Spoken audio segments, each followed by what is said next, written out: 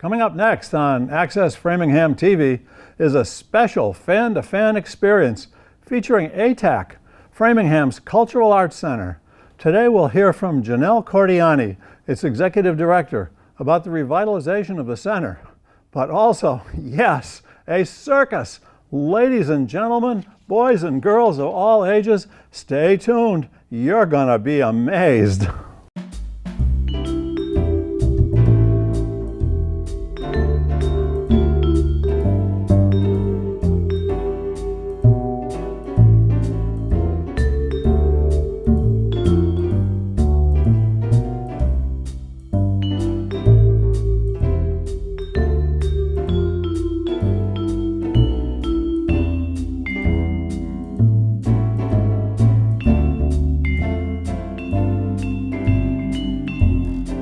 Welcome to this special fan-to-fan production focusing on ATAC, perhaps known to some of you as the Amazing Things Art Center in downtown Framingham. Today we're going to give a new focus to fan-to-fan, not just sports, but arts and, yes, a circus. I'm Dave Hornfischer, a longtime volunteer and supporter of ATAC, here today with Janelle Cordiani, Executive Director. In this half-hour presentation, we're going to talk briefly about ATAC from its founding by Michael Moran as the Amazing Things Arts Center back around 2005 to the current planning efforts led by Janelle and her board of directors.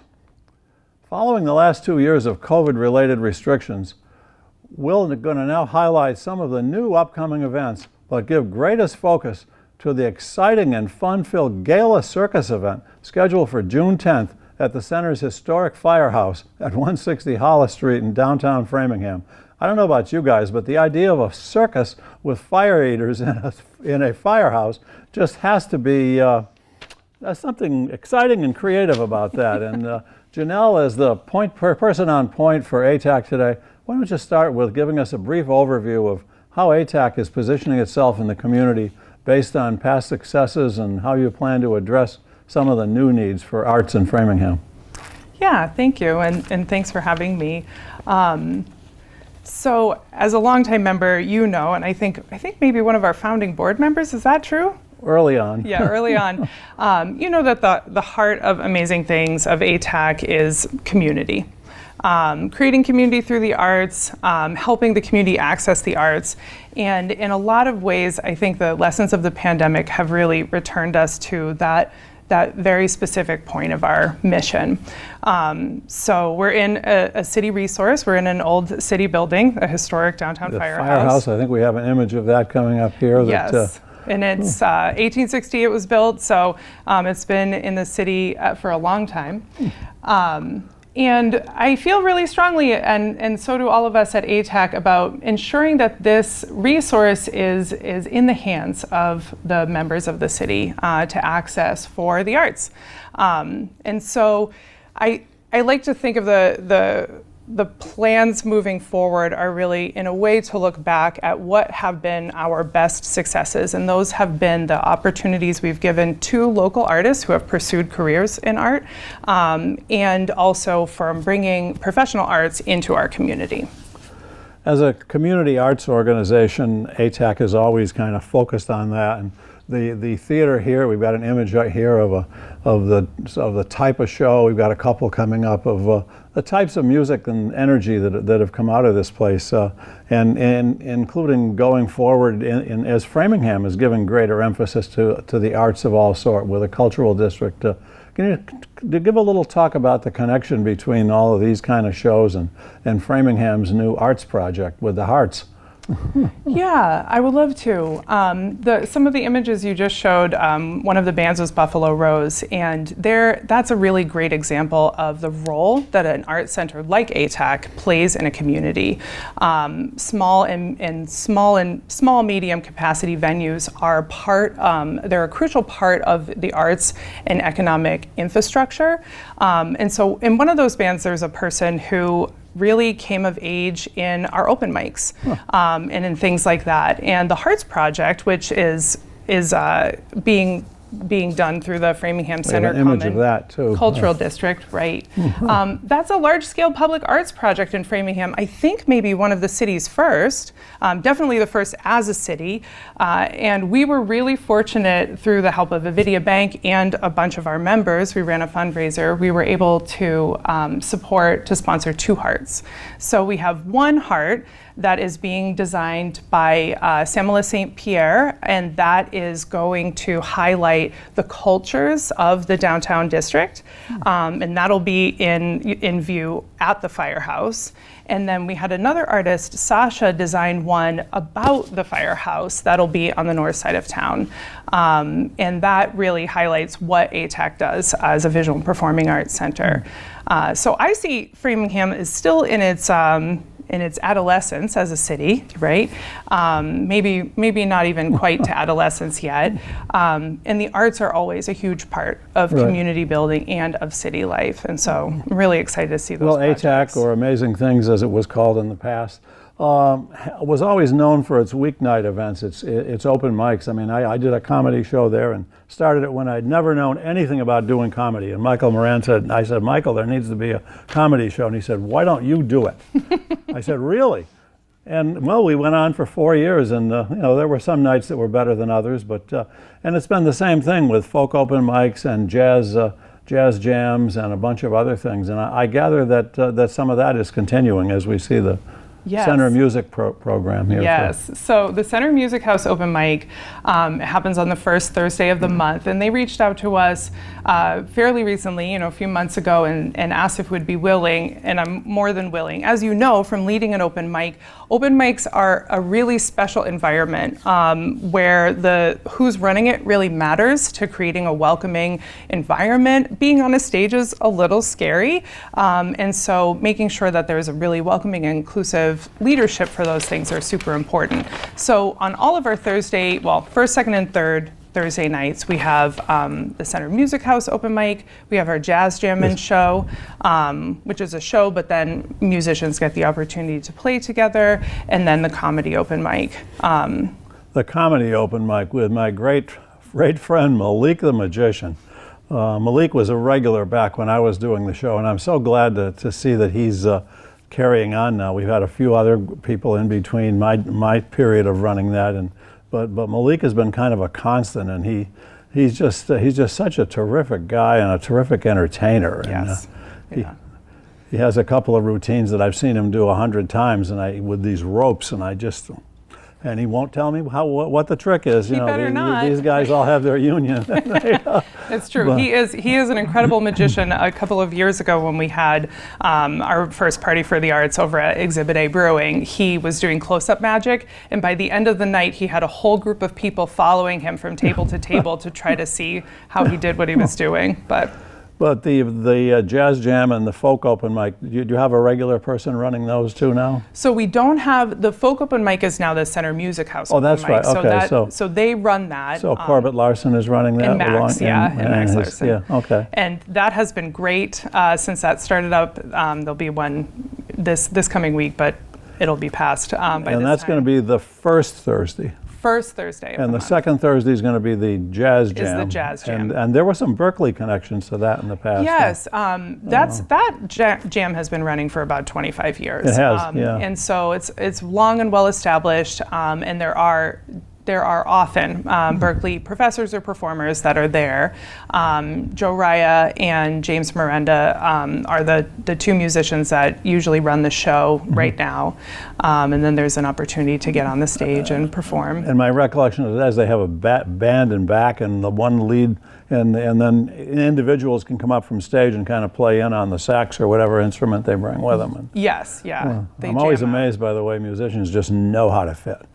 It is amazing. It is really, really awesome. So we still have that, and then of course the comedy, which is and then of course the new exciting thing that you've developed is, it's not on a Thursday night, is this Common Thread Theater Company, which is going to be a theater company for ATAC. Well, they are our theater in residence, so we have a relationship with them. They are a local theater company that has been producing theater in Framingham. Some members of the old Framingham Community Theater and that. And this is their first season where they're producing their small show, their spring show at ATAC, because our space has a unique opportunity with a small stage to do a different kind of production. Right. So they usually do 2 a year. They'll be doing their the smaller scale theater with us. So we're really excited about that. Their first performance is Top Girls here. Yeah, it'll have happened. It's this coming weekend, but the end of early May. Yeah. Yes, early May. And when will their next one would it be in 6 months from now, or? The next one with us will probably be a year. Fall. Oh, yeah. Okay. They'll do a fall production, but they do that one over at the Memorial Building with the larger stage. I see. Oh, yeah. Really? Oh, that's exciting too. In Nevins Hall, really? Yes. Yeah. Really? Oh, not in Nevins Hall. No. In Marlboro. Yes. Oh, okay. Yeah, they're a Marlboro-based group, right? And then in addition to these things, you also rent out some of the space. You have a new occupant of the second floor, I understand. We do. We were approached by Out Metro West. I guess almost a year ago or more, to see if we would be willing to rethink how we use our space to provide a long-term rental with them. We worked together, we worked with the city, we worked with both of our boards to come up with a really great long-term agreement. And they had some funding from the Sudbury Foundation to renovate a space that they would be in. They were looking for a new home. And not only is it an opportunity, obviously, for us to have steady revenue, which is really important. It allows us to subsidize our arts programs and keep everything accessible, but it also connects us to another community full of kids. And we even had this recent really great opportunity where a parent group of gender expansive kids reached out to Alok, who's a pretty famous trans author, and they came in to do this private talk with all of these kids, and it was amazing. It was really that's great. amazing. Well, it's always great when these kind of partnerships kind of connect. And then once we get through the summer and the circus here, which we're going to be talking about in a few minutes, you're starting to book or think about what you're going to be doing to restore some more normalcy to the fall with. Yes. With Friday, Saturday night shows occasionally, or often, Often. So we just completed about 100 hours of listening sessions with individual community members. These are one-on-one conversations where we asked distinct questions and we gathered a bunch of information. We're in a strategic planning process where we're looking at our mission and our vision, and those conversations are really informing that. And we found, luckily, some really clear consistencies in what people are looking for from their community arts center. And they were really wonderful things that are thankfully within my reach to accomplish. And so people can really look forward to cultural programming, still live music, lots of independent music, and more opportunities to create art together. You want to expand on one or two themes that may have been kind of consistent that came through that? I would love to. Overwhelmingly, what people would love to see in the venue is ways to access the cultural and artistic traditions from other places and from one another's cultures. And so there are people, in our downtown community who would love to see represented some of the cultural dance and music traditions from their community. The Brazilian in particular? Or? Guatemalan, South American, Colombian, Venezuelan. And also people who want to see the cultural traditions of their neighbors and friends and have access to that. That was an overwhelming consistency, which was really interesting to hear. I can tell you and anybody watching that what people want to see in Framingham is a block party. People really want an outdoor festival. I'll do my best. We'll get there someday, but people really want that in Framingham. Well, you have that lovely parking lot out back, and you've got now with murals on the walls out there, and I assume some of so that kind of leads into, one of the things here is to is what are you going to do to kind of create awareness of amazing things? That was a problem in the past, even when the place was run, was how to fill up, 100 seats on a regular basis. But then the COVID mess just kind of got people like me out of the habit of even thinking of going out. And how do you get people away from Zooming their arts and coming out and sitting in a seat and having a Coke or a beer with their neighbor? So I gather that the circus was the idea. It's one of them for sure. I personally love an immersive experience. And so any event where you feel transported is really up my alley. After having so few shows for the past 3 seasons, really, I wanted something that was huge scale and kind of that shows the scope of possibility, I guess I'll say. Okay. And so it is a gala, it is our fundraiser, it's one of our only revenue generating events of this season, but we did try to make the prices with their different tiers, and so we wanted to make sure it was accessible to as many people as possible. But to do that, you had to find a circus troupe, and we have a little video coming up here. You weren't going to get Dave Hornfischer to be your fire eater. So you had to, or worse yet, your aerialist.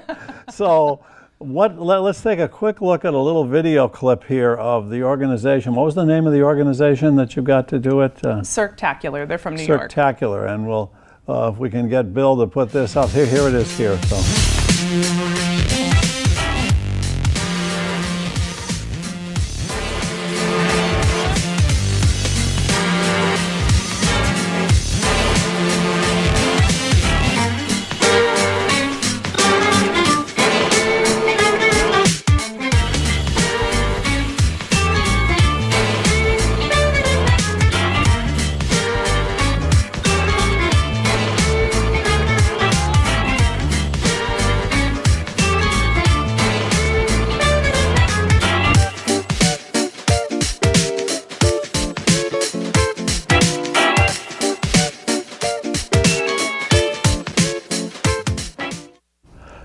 Circtacular, that is just made for a firehouse. That's all I could keep thinking about. But if you get 20% of the energy that was in that little 1-minute video, this is going to be an awesome night of fun. I mean, I'm really so looking forward to seeing that transformed and just seeing the whole venue there kind of transformed into that. Can you just talk a little bit about how you're going to kind of make that happen? That's just. Yeah, so a huge portion of the event is outdoors. There is an indoor event as well, but the main show is all outdoors. And so one of the ways that we're transforming the space is everything is a set piece. So the ticket booth, the bar, all of those things are set pieces. We're doing a kind of backstage behind the train at the old-timey circus sort of vibe. There will be a full aerial rig, so there'll be an aerial show, acrobats. We have our ringmaster, our MC, Dewey Decimator, is a comedian, a Boston comedian. Dewey Decimator. Yes. She's a librarian. Oh, she? Yes. Okay. All right. A librarian. Okay. This is not Marion, the Madam Librarian. No. So she'll be leading the event, bringing people through the different things that they can do. We'll have a DJ, music. So we'll have a feature show, a little bit of the difference between the little clip that we just saw. And what we'll be doing is there's a real featured performance that'll last, for a portion of the night. That'll be happening outside? Yes, that'll be happening outside. And then there'll be some roaming entertainment. Malik will be there with magic. Okay. There will also be some wrong answers only fortune telling, entertainment only fortune telling for fun. We have Joey's Cannoli, we have Minuteman Kettle Corn, and Trolley Dogs will all be there with food. We have a bar. So there'll also be a wagon photo booth, so you can take your pictures and things like that. Mm-hmm. So it'll be festival feeling, like a circus. Oh, games too, old-timey games. Okay, let's get to the to a couple of the images. Yeah, there's sort of the advertisement that I hope we'll be seeing all over town. We have some kind of, can we get those on some banners over the streets or something maybe? And we do have flyers there. Really? Yes, oh, that's going to be great. But I think, there we go. There's another, that to me just reflects the fun that this night is going to be. I mean, how can you look at that and not want to buy a ticket for it? I mean, just out of the curiosity. I mean, Amazing Things is going to do that is my first reaction. But we got a couple images here of some of that. that I think, again, these are all things that Dave Hornfischer could not do, and or anybody else that I know. So you want to talk a little bit about some of the entertainers here? Let's go back to the first one if you can. Yeah, so the Circtacular is a national and international touring performance group. They do Cirque-style Circus, which is, if people are familiar with Cirque du Soleil, it's acrobatic, almost dance type. Okay, so this is sort of if you've been to Cirque du Soleil, this would remind you of some of it a little bit? I think it would, yeah. There'll be, they put together a special package for us when I told them what we were looking for, and I was very adamant about aerialists. I think that's pretty impactful. Well, I think we've got an aerialist picture here. There we go. That's the hoop, and then also silks. So we'll have all of that, and they're just extremely professional and talented, and I'm really excited to bring them to Framingham. And they were great working with us as a small arts center. An event of this scale is it's big, and when you want to get the right people to perform, artists that's their profession. Now we're not going to have a big top like that, so how would somebody do something like that? Do they have to? They do it through basically a tripod. If you've ever seen a cartoon or a movie of people cooking a pot over a little tripod over a fire, right? Imagine that, no fire, no pot, very huge. Okay. Yeah. And they hang from it. So this is going to take quite a setup to get the, and I guess this is sort of the guy with the fire show in it. Yes. And again with the fire department, and here we go. So I've cleared it. We'll have the detail there. We've done all. We know we're going to be safe, but I was very interested in having a fire show finale. So at the very end, we'll all get to gather up and watch a fire show. So I think we have a 3-performer fire show. I'm very excited. Oh, that'll be outside too? Yeah. Yes, that was definitely part of that was part of the rules. So what is going to happen inside? Is that where some of the, well, go ahead. Yeah, so we have 2 upper level tickets, which are for to the gala part of it being a fundraiser. There's our ringside and our Lion Tamer tickets, and those both give you access to an indoor circus show, which will be a burlesque and circus performance. Our theater seats, between 100 and 135, depending on how we have it set up. So that'll be an intimate performance. It won't be at the same time as the outdoor show, so you won't have to worry about missing anything, any of the major performances. And then the highest level ticket provides access to a private lounge upstairs in our gallery, which will have its own specialty cocktails and champagne and special desserts. It'll allow people to have an opportunity to sort of get away from the crowd. Okay, wow. And so putting all this together, we talked a little bit before we started about your need to get volunteers. You mentioned the ticket booth and some of the other stuff that you have to build. Is this going to be, do you have the wood shop from Keefe Tech coming over to build this for you? Or that is what I should do next year, for sure. Okay. We're building things in-house, and we have been doing a bunch of volunteer days, and so we're happy to take in skilled and not yet skilled folks. We have plenty of people who can instruct, and we have plenty of different kinds of jobs, so you don't need to be a carpenter. Such as spray painting a lot of mirrors gold, also spray painting everything gold. There's going to be stenciling a lot of burlap sacks to say peanuts. There's going to be putting together some set pieces, think old trunks, think apple boxes, things like that. There's also needs to build things. So we're building all of our signage. We are building the bar that goes outside. So everything is kind of a little over the top. A little over the big top, you could say.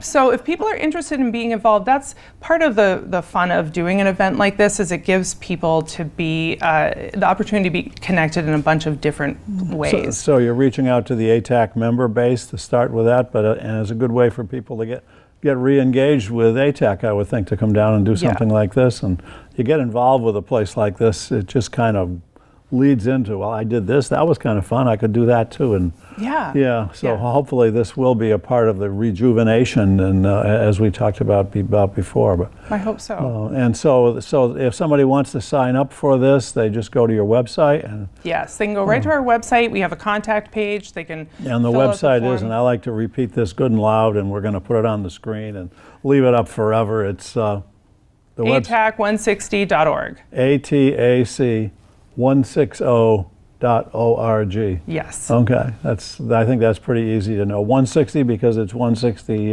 Hollis Street. Hollis Street. That even helps you find that's a nice connection. Helps you find out where to find the place. Yes, and if people are following us on social media, you can just slide into our DMs and ask us how to get connected. We have people on there too. And that's where you also would be buying tickets and trying to decide what level of seating you want to get, or all that. And yeah, right through the website. So we're into May. Has that begun already? Oh yeah. And those upper level ticket tiers, especially the very top that gives you access to the lounge, there's only 24 of those total, and some of them have gone already. So, right. Which is great, which is so wonderful. So yes, tickets are on sale now. Definitely, if any of your viewers are interested in helping me have a great night's sleep, early ticket sales are always wonderful. But they'll be on sale, up to the event. Okay, well, this is just so exciting, and it's just really something that's just, I think, going to give a great kickoff to arts in Framingham. And will the Hearts be up by June 10th? No, the kickoff for that is the next week, I believe. It is the next week, Yeah. and so they won't be installed yet. There's the event on the Common on June 18th, and then they get dispersed to their locations. Well, we've touched on it. We've kind of gone through a wide range of stuff here, from the beginning of ATAC of amazing things with Michael Moran to the Circus firehouse that's going to create the hottest night at the firehouse ever. Why don't we just kind of wrap up a little bit and kind of get into a little bit about a year from now, where would you kind of like to see our ATAC be? Just tell me, why did you change the name, first of all? Okay. Well, I'll tell you what, and maybe that'll kind of lead into what I hope to see in the future. When I first came on to the team, before I was in the director position, I noticed something when I would go out and about and I would talk about what we do. And I noticed something when people come into the space. I can do a countdown with somebody walking into the theater. I can say 3, 2, 1 before they go, oh, they're so surprised to see what the theater looks like inside. I had that experience today just before coming here. It's a really beautiful space, a professional space that I think people don't expect. And I would find that when I would go to events and I would say, oh yeah, I work for a little theater, in Framingham. I would say, and people would say, oh, there's a theater in Framingham? Yeah, we have 135 seats. And people would say, oh, I didn't know that. And then they would say, not amazing things. And I realized that there was just need for a disruption between what people imagined what was happening in the space and what was. Okay. And so we were hoping to put our season out with a kind of a new look and have people say, oh, what is this? And then realize, I know who this is. I know where this place is. This is in my community. And it has achieved that. So that's part of the reason why we adapted the name. And what I hope to see in a year is I hope to see this space 20 seconds. Widely used, constantly used, and accessible to the community. Well, we've covered a lot in this half hour, and Janelle, I'm just so excited to see ATAC coming back to life again, and I think you just picked the perfect way to do it with the Circus. So congratulations on your energetic leadership, and I'm sure the support of a great board. That's all making this possible. So thanks for coming on, and thank you all for out in Framingham TV land for tuning into a different kind of fan to fan. I've been a big fan of Amazing Things for a long time, as we noted, and I think as I continue doing this show, I'm going to look for more fan experiences, and this is one of my favorite ones in Framingham. So June 10th at what time? 7 p.m. 7 p.m. Be there.